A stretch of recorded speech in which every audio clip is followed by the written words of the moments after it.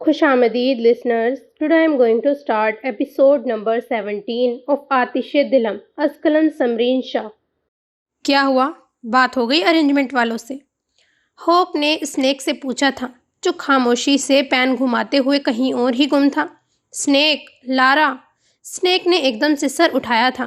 Hope نے سامنے موجود نوٹ پیڈ کی طرف دیکھا تو گہرا سانس لینے پر مجبور ہو گیا. جب اس نے دیکھا پورا کاغذ سبرینا کے نام سے بھرا ہوا تھا. وہ اس کے سامنے والے اسٹول پہ بیٹھا تھا اور پھر منہ پر ہاتھ رکھ کر اسے دیکھا جس نے پیڈ گھما کر بار سے گلاس اٹھایا تھا.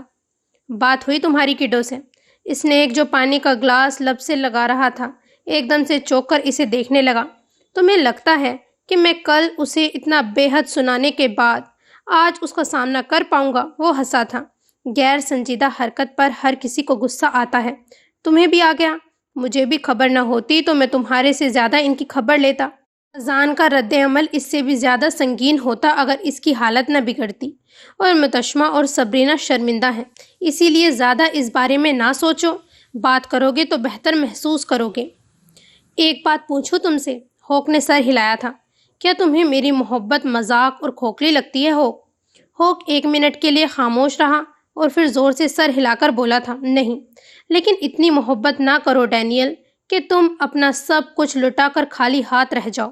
اپنے وجود کا حصہ اگر کھو دو گے تو زندگی بڑی مشکل بن جائے گی. محبت کرو مگر محبت کا احترام کرنا بھی سیکھو. محبت کو سچا ثابت کرنے کے لیے اسے نہ محبوب پر حاوی کرو نہ خود پر. محبت گھٹن کا نام نہیں ہے، بس اتنا کہوں گا تم سے. اسنیک اسے دیکھتا رہا پھر ہولے سے مسکرایا تھا. تم سوچ بھی سکتے ہو کہ میں ڈینیل لارا اتنا گدھا بن چکا ہوں؟ ایسا تو نہ تھا. میں تو بلیکی تمہارا گرلر کا کتنا مذاق اڑاتا تھا اور اب دیکھ لو کرما مجھ پہ ہنس رہی ہے. ہوک کھڑا ہوا اور اس کے بال بگاڑ کر کہا، اسے دیکھا کرو. اسے دیکھو گے تو تمہارے دل سے بوجھ اتر جائے گا. وہ بہت کچھ سہ رہا ہے مگر وہ کسی پہ ظاہر نہیں ہونے دیتا. اس نے اپنی زندگی کو آسان بنانے کے لیے ایک کام کر لیا ہے. اس نے بلیک کی طرف اشارہ کیا تھا. زندگی کے پیٹرن کو اس نے قبول کر لیا ہے. ایسی زندگی جہاں سب کچھ نہیں ملتا، جہاں بہت کچھ کھونا بھی پڑتا ہے، جہاں خوشیوں سے زیادہ غم کی صبح و شام لمبی ہوتی ہے، جہاں پل پل آپ کو ہار کا سامنا کرنا پڑتا ہے. یاد ہے نا اس کی پوزیسونیس اور دیوانگی؟ سب اس کے پاگل پن کا ذکر کرتے نہیں تھکتے تھے. اب دیکھو کہاں گیا وہ بلیک دی ریپر جس کی وحشت سے پورا گلاس کو کانپتا تھا.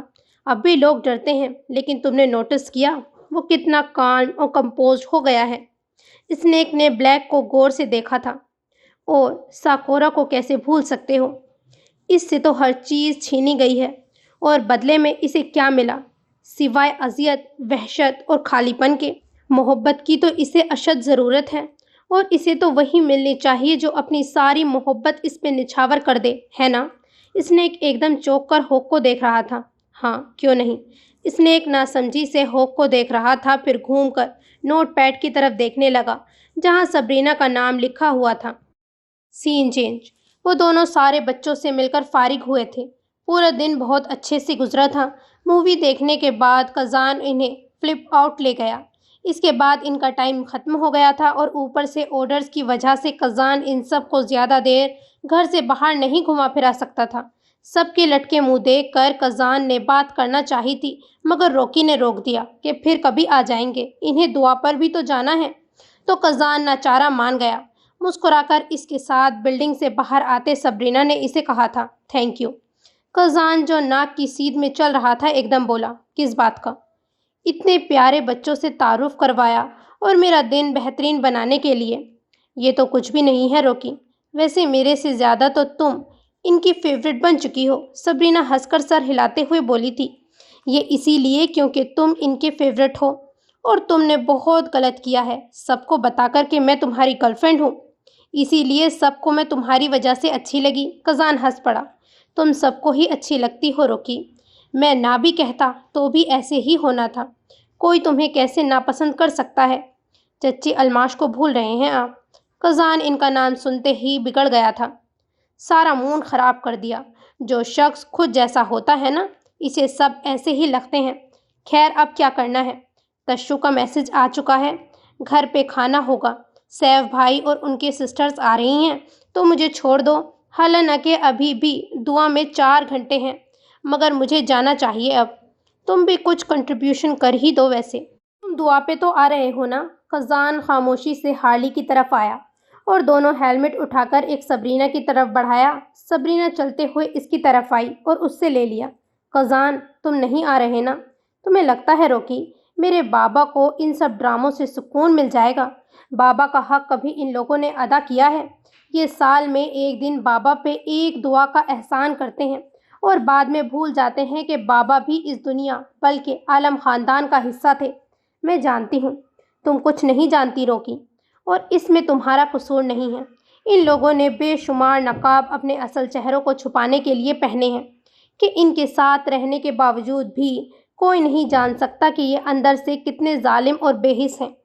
تم تو نہیں سمجھو گی کیونکہ انہوں نے اپنے گھر میں جگہ دی، اپنے گھر کا فرد سمجھ کر متشمہ کے برابر مقام دیا۔ بس لڑکیاں اسی نیکی پر پگھل جاتی ہیں۔ یہ نہیں پتہ ہوتا کہ اندر سے کتنے بڑے گیم پلانر تھے، کس مقصد کے لیے اپنے ساتھ رکھتے ہیں۔ وہ ہیلمٹ پہنتے ہوئے ہارلی پہ بیٹھا تو سبرینا بیٹھنے سے پہلے بولی، اپنی فرینڈ کو گھر چھوڑنے سے پہلے چھوٹی سی ڈیٹ پر نہیں لے کر جاؤ گے؟ تم کیسے فرینڈ ہو؟ کم سے کم کافی یا جوس ہی پلا دو اپنے پیسے کی۔ خزان نے اس کے مختلف بات پر حیرت سے اسے دیکھا تھا، پھر مسکرایا۔ یعنی تم گرل فرینڈ اور بوائے فرینڈ کہنا چاہ رہی ہو، ہے نا؟ اور کیا مطلب؟ یہ اتنا پیسہ مووی اور فن پلیس پہ جو خرچ کیا ہے وہ ڈیٹ پہ نہیں گنا جاتا۔ پہلی بات، یہ والے فضول ٹرم ہم ایک دوسرے کے لیے استعمال نہیں کریں گے، اور 100 بچوں کے ساتھ ڈیٹ مانی جاتی ہے۔ اچھا، آپ کے لیے ایسے خطاب فضول ہیں، لیکن ڈیٹ قابل قبول ہے۔ خاصے دوہرے معیار کی مالک ہیں آپ سبرینا احمد۔ سبرینا پیچھے بیٹھی اور اس کے کاندھوں کو پکڑ کے بولی تھی، ایک بات پوچھوں تم سے؟ خزان نے ہارلی کو سٹارٹ کرنے سے پہلے کہا، جی فرمائیے۔ تم مجھے دعا پر کیوں جانے دے رہے ہو؟ مطلب تم چاہو تو مجھے روک سکتے ہو، اب کہو تو رک جاؤں گی۔ ہاں، 100 بہانے ہیں میرے پاس۔ خزان ہنسا، برا نہیں لگے گا کہ سب تمہیں جج بھی کر سکتے ہیں۔ ہاں، کچھ احسان آپ کو دبا کر رکھ دیتے ہیں، لیکن وہ دوست ہی کیا جو ضرورت کے وقت اپنے دوست کے کام نہ آئے۔ خیر، میں روکوں گا نہیں تمہیں۔ ایسا کیوں بھلا؟ کیونکہ تم سے وعدہ کیا تھا کہ کسی کو تم پر انگلی اٹھانے نہیں دوں گا۔ یہ کہتے ہی خزان نے سبرینا کی بولتی بند کر دی، مگر چھوڑنے سے پہلے ایک اسمال سائز جوس ضرور پلا سکتا ہوں، پہلے ہی بینک بیلنس خالی ہونے والا ہے۔ سبرینا نم آنکھوں سے ہنسی تھی۔ سین چینج۔ انگوٹھی کو انگلی پہ گھماتی وہ سبو کے انتظار میں صوفے پہ بیٹھی تھی۔ امی چچی الماش کے پاس پھولوں کی ٹوکری سیٹ کرنے لگی تھی۔ بابا سپارے پڑھنے والے بچوں کو پک کرنے گئے تھے اور وہ رات کی کچھ ڈشز بنا کر تیار ہو کر بیٹھی تھی۔ سبرینا کو اس نے کال ملائی تھی، مگر سبرینا فون نہیں اٹھا رہی تھی۔ اس نے کہا تھا کہ وہ 3 بجے تک آ جائے گی اور وہ یہاں سے نکل کر سینٹر 4 بجے پہنچ جائیں گے۔ ابھی 2:40 ہوئے تھے اور اس کے انتظار میں وہ صوفے پہ بیٹھ گئی۔ ابھی اس کی نظر سامنے فروٹ باسکٹ پر گئی تھی جہاں پر مالٹے پڑے ہوئے تھے۔ تم کب سے مالٹوں کی دیوانی ہو گئی؟ اس کے بعد اس نے اپنی انگوٹھی دیکھی۔ تمہارے ہاتھ کتنے چھوٹے سے ہیں، مجھے تو تمہارے قد سے لگا تھا ٹھیک ٹھاک بڑی بڑی لمبی لمبی انگلیاں ہوں گی، یہ تو شروع ہونے سے پہلے ہی ختم ہو گئیں۔ چلو شکر ہے مجھ غریب کو اتنی زور سے مار نہیں پڑے گی۔ سیف کی شروع کی دنوں کی باتوں کو سوچ کر اس کے چہرے پہ مسکراہٹ آ گئی، لیکن ایک دم اس کے چہرے سے مسکراہٹ غائب ہو گئی جب اسے عجیب سی چبھن ہوئی تھی۔ تم میرے چہرے کو ہاتھ کیوں لگاتی ہو؟ تمہاری شیو کی چبھن ایک دم بیل ہوئی تھی تو وہ تیزی سے ڈر کر اٹھی۔ اس نے محسوس کیا جیسے دادی کی تصویر اسے بڑے غور سے دیکھ رہی ہو۔ اس نے دادی کی تصویر کی طرف دیکھنے کی بجائے سیدھا دروازے کی طرف گئی تھی۔ کھولا تو سیف تھے، سفید شلوار قمیض میں۔ وہ سامان ایک ہاتھ میں پکڑے جبکہ دوسرے سے گلاسز اتارتا ہوا اسے دیکھنے لگا۔ ہیلو بیگم، کیسی ہیں آپ؟